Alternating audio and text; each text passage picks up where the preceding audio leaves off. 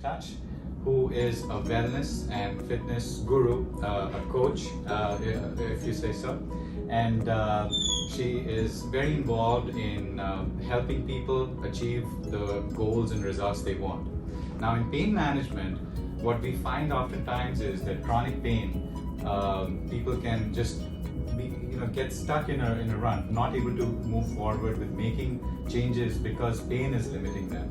A very common example is fibromyalgia, where one of the most evidence-based treatments for fibromyalgia is low-impact aerobic exercise on a regular basis, lifestyle changes, but it can be very hard to accomplish if they're in a lot of pain. Well, we try to help them with pain, but Nadia, what do you do if someone with chronic pain or fibromyalgia who needs a stepwise approach in managing their symptoms, in getting a good exercise program in place?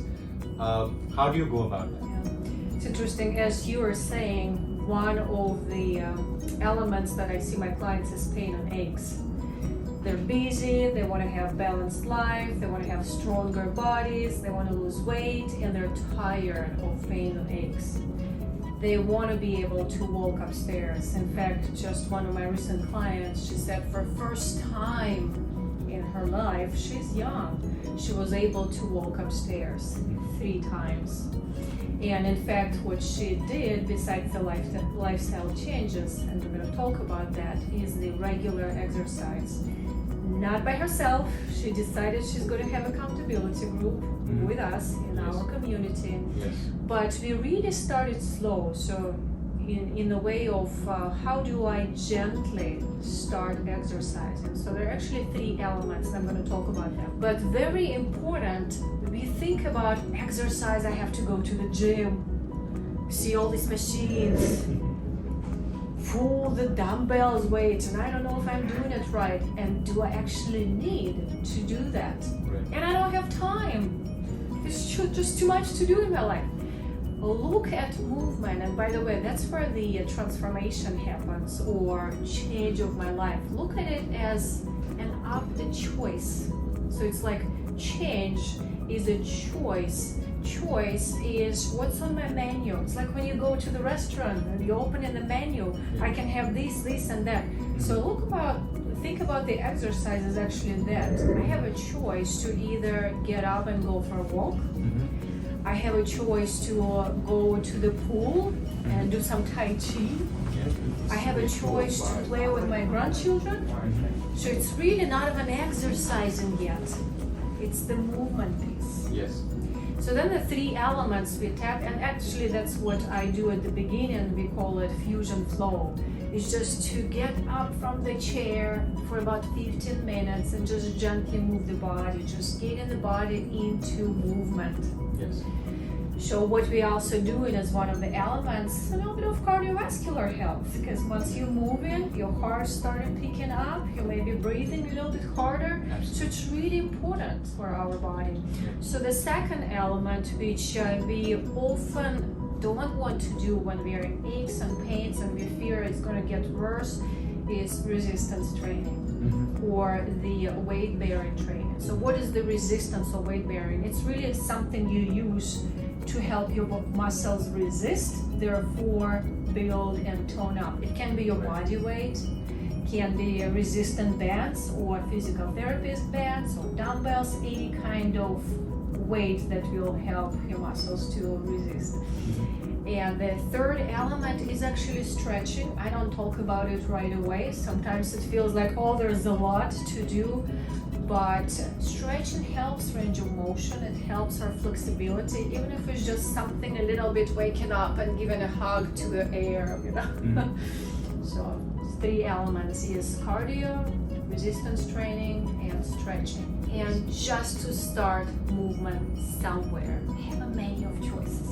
Yes, absolutely. Makes it fun.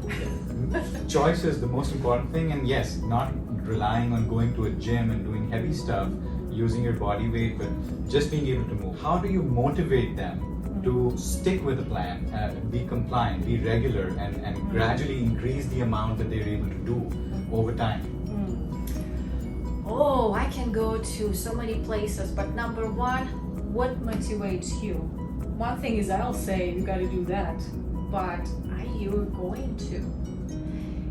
What I hear the most is I just want to see my grandchildren growing up and actually have an active lifestyle with them. I want to go for a hike.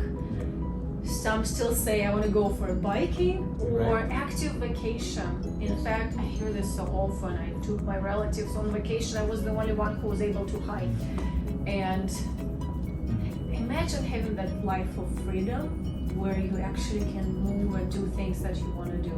So that's, guess what I call it? It's your internal motivation. It's like your internal accountability. Find something, what you want, what you're looking forward to, what you'd like to achieve, and have something to look forward to motivate you and try to achieve these results. And sometimes this is not enough.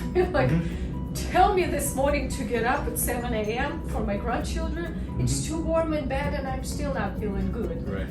So that's where accountability comes important. We're human beings, we like communication, whether it's in person or virtual or text message. Yes. Tell your accountability partner. In fact, that's where I see most of my clients. They don't need any new program. They know what to do. They just need guidance. They need someone to hold their hand and walk with them. Accountability, partner and to partner. Does journaling help, or keeping track of what you're doing? Keeping track is, so if you look at journaling, and I break it into two elements of accountability. So it's really keeping yourself accountable. So there's internal accountability and there's external accountability. It's actually what it is. So what's easiest to say external? It's you are asking your coach, your doctor, your accountability partner, your body, your spouse, someone who is actually not going to tell you, dear, just let's watch Netflix. It's, you had a hard day. No, it's the accountability partner who's going to say, do you work out today yet? Let's go for a walk. If not. And so it's really, accountability is two ways straight. It's you announcing what you want to achieve and your accountability partner is keeping you accountable and vice versa. But the internal accountability is what you just mentioned, is what you do when no one is watching.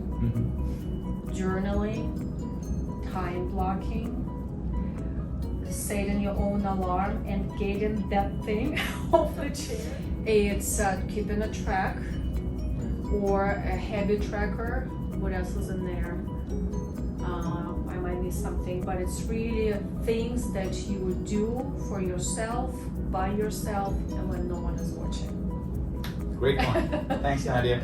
We also would like to talk about in the next video what do you do for nutritional changes, how to watch weight, what is an anti-inflammatory diet. So look forward to that discussion as well. Okay. Thank you.